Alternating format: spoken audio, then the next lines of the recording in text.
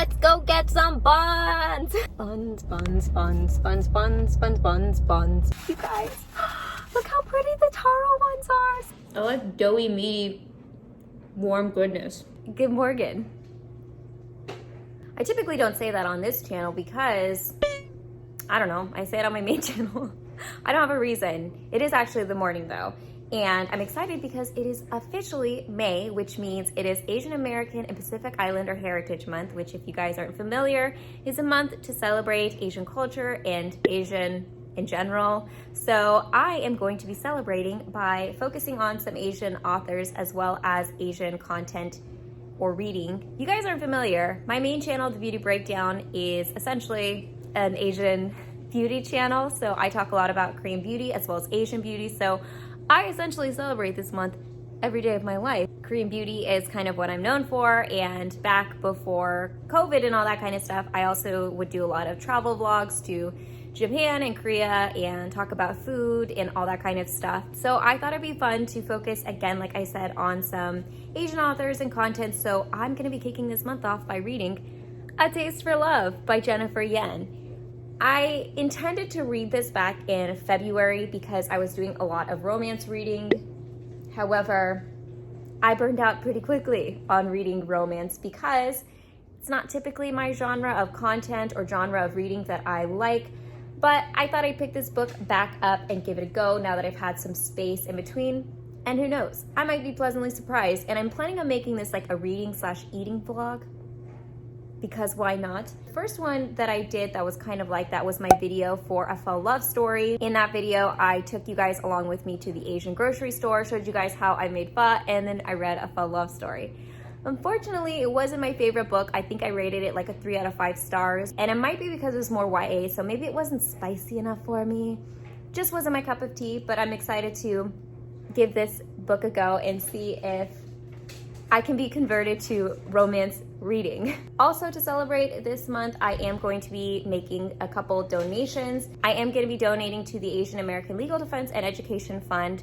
This is an organization I found on CharityWatch.org. So if you guys aren't familiar, there are a couple websites that are kind of like charity or nonprofit watchdogs. So if you guys are ever curious about how charities spend their money or the allocations for their spending, just in case you want to see how your money is being spent, you can use websites like these to kind of vet the nonprofits or charities that you're looking at. I'm also going to be donating to stop AAPI but I feel like a lot of people are donating to this organization because they are the most popular. So I'm going to be donating to both, but I just wanted to point out the Asian American Legal Defense and Education Fund as well, because I just want to spread my donation out a little bit. So I'm going to put both of those in the description box below, as well as the CharityWatch.org. So if you guys are ever donating money in the future and you want more information on the organizations, you can use that. So anyways, I'm going to get into A Taste for Love and see how this goes. I'll check back in with you guys when I do some reading. So I'm still pretty early on in the book, but we already have an introduction of a mystery man who appears when Liza, the main character, needs a little assistance, a little bit of like damsel in distress, but I'm definitely entertained so far. I'm gonna keep going, but it's entertaining for sure. Buddy and I are taking a little reading break and going for a little walk with some fresh air. It's such a nice day today. Buddy's just getting some sniffing around time. Okay, come on, bud. Let's go this way, honey. Good job. I already got hungry reading the book, so I decided to make myself breakfast after I took Buddy out for a little bit of a walk. Trying to keep it light and healthy since I'm about to go in on some buns later, but I just like sauteed some spinach with garlic, and then I just scrambled 2 eggs, and I didn't put anything in it. Okay, I'm like oddly, I guess I shouldn't say oddly, but I am pleasantly surprised by this book because I am very entertained. I'm about halfway through. I'm at Chapter 15, which is 146 pages in, and I think there's a little over 300 pages in this book. And Liza is basically in like a dating game because she becomes one of the judges for her mom's bake-off or like baking contest. It's actually a really cute series of events, and I feel like Jennifer Yen has done a really good job of making it entertaining. It's definitely like kind of cheesy, and like I'm smiling as I'm reading this book because it's like, aw, like, okay, that's cute, or like, okay, that's like kind of funny. So, and I actually really like the dynamic between Liza and her mom, because it's like her mom obviously wants to have her date someone, preferably someone who's Asian and someone she approves of. But at the end of the day, you could tell her mom has her best intentions or good intentions for Liza. It's just, you know, different ways of expressing it, I guess. And it's just kind of funny because the way that this contest has come together, one of the boys she's into, the mystery boy I was mentioning earlier, decided to enroll in the contest because, you know, he's trying to help her. Again, a little bit of that like damsel in distress type of theme. But yeah, I'm about halfway through this book. I am getting kind of hungry, so I might think about getting some food. Okay, so I found a restaurant that I'm going to order some pork buns, and then I'm also gonna do, or I'm gonna try a red bean bun. I'm not the biggest fan of red bean, but I figure I'd give it a try because A Taste for Love does mention them. So the pork buns are what I believe is like the standard as far as Baozi goes, and I think that's how you pronounce it. So sorry if I'm pronouncing it wrong. Baozi. I like watch like YouTube videos of like how to pronounce it. So anyways, before I go, I figured I would do some makeup because I don't know, I just feel like applying some makeup. But the place that I did find is woman owned. I just looked on Yelp and it's a little bit of a drive for me, but it's the weekend and I figured I could get some fresh air. You guys are gonna think I'm weird because I use like two mirrors when I get ready. I use like a standing mirror and then I use this mirror because sometimes I have to get really close to my face to see what's going on so I can see like the detail.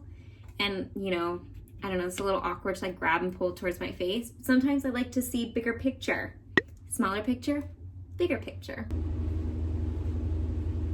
Okay, so I finished my eye makeup. I used the Into Lace Pro Eye Palette from Clio. For my face makeup, I'm just gonna put a little bit of concealer on my skin because I don't really feel like I need to like wear a full face of foundation, or at least I just don't want to. Some days I have lazy makeup days with like a dirty sponge that I probably should wash too. I really need to wash my makeup brushes. Can I tell you guys how I've also been spending this weekend? I've been playing Ratchet and Clank from PlayStation 4. I think it's, I forget what the title is called, but anyways, it's the most recent Ratchet and Clank game because I am excited for Into the Rift on PS5. So I figured I'd go back and play through the storyline so I could remember what's going on. I should probably put a teensy tiny bit of powder on.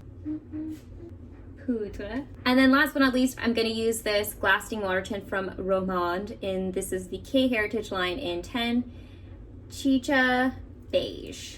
Got like a natural kind of look going on. And now I'm going to go ahead, call and order my food, and then I'm going to go run and pick it up. Let's go get some buns!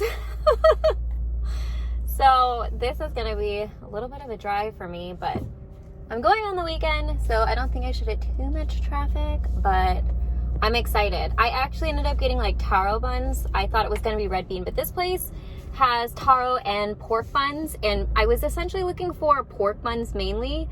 And I decided to try the taro because I've never tried taro buns. And we'll see what they taste like. I'm gonna go head over there right now, so we'll see you there. Buns, buns, buns, buns, buns, buns, buns, buns. Whee! Okay, I made it. I did end up calling them on my way there because I called them first and I was like, how long do the buns take to make? And he was like, 5 minutes. And I was like, oh, okay, well, let me call you back when I'm closer. So yeah, I have my buns hopefully ready because they only take 5 minutes. So now that I'm here, I'm gonna go run inside.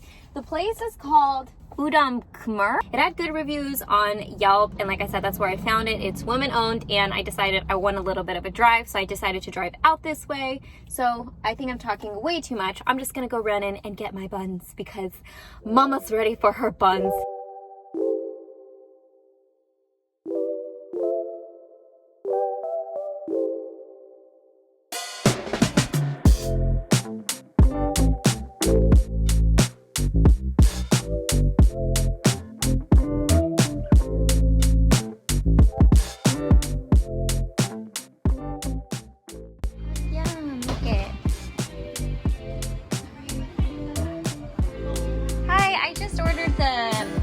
Yeah, the buns.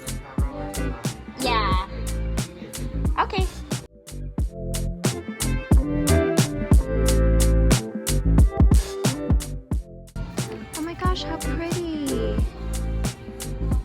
Wow.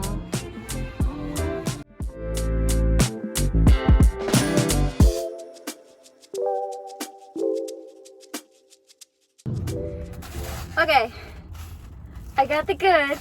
I did ask the guy when I was in the shop if they make these in-house. He said they didn't, that they buy them, but I mean, they still look good. These are the pork ones, which they're getting kind of washed out. You guys, look how pretty the taro ones are. So I'm just gonna have a little nibble. I might want to take these home and like warm them up. They do feel a little warm.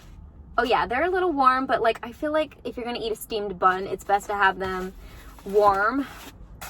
So let me go ahead and try the pork bun first. So this is what a baozi looks like if you've never seen one before. They're kind of glossy on top, and then they're leavened with yeast. And like I said, typically pork buns I think are the most popular ones. So if they were obviously right out of the oven fresh or right out of the steamer fresh, they'd be like super hot and delicious. But like that's what the inside looks like. I love the bread of these pork buns. It's honestly like just soft and like the perfect, I don't want to say doughiness, but it's just like angelically soft and just like so scrumptious. It would be much better warmed up, so I'm not going to eat too much of it because I do want to warm them up at home, but naturally I have to try the taro one. If you can see, like they're just like soft and squishy and so good. Let me go ahead and, oh yeah.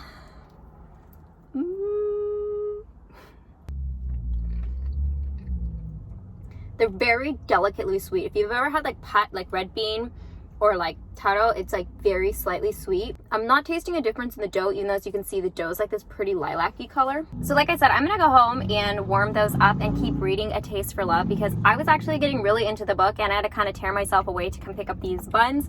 I'm also kind of eager to get out of here so I can make it home without hitting too much traffic. I'm gonna head home like I said. I need my phone for directions, so I'll see you guys back at my place. Okay, so I just got back, so I'm gonna take my buns out. And I think what I'm gonna do is I'm going to warm these up in the microwave and then use like a wet paper towel or moist paper towel to like kind of steam them in the microwave. And then I've got like a damp paper towel here, like lightly cover them a little bit.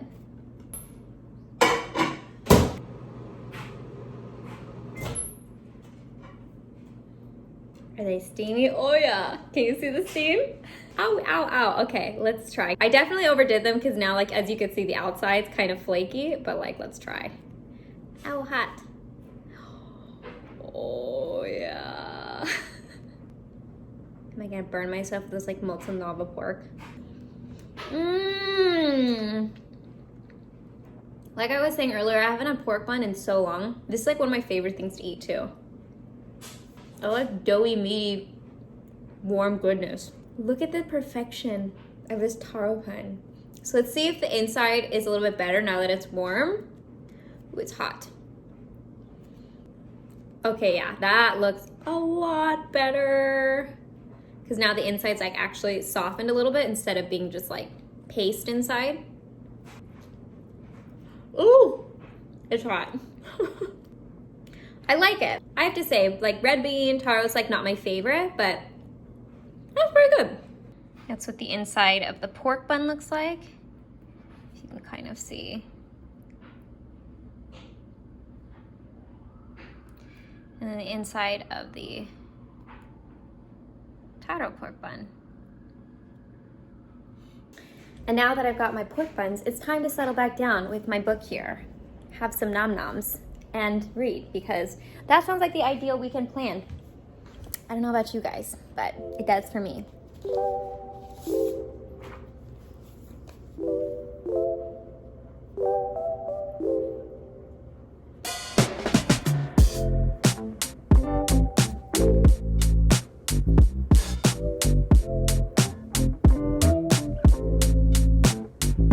I've got like 100 pages left.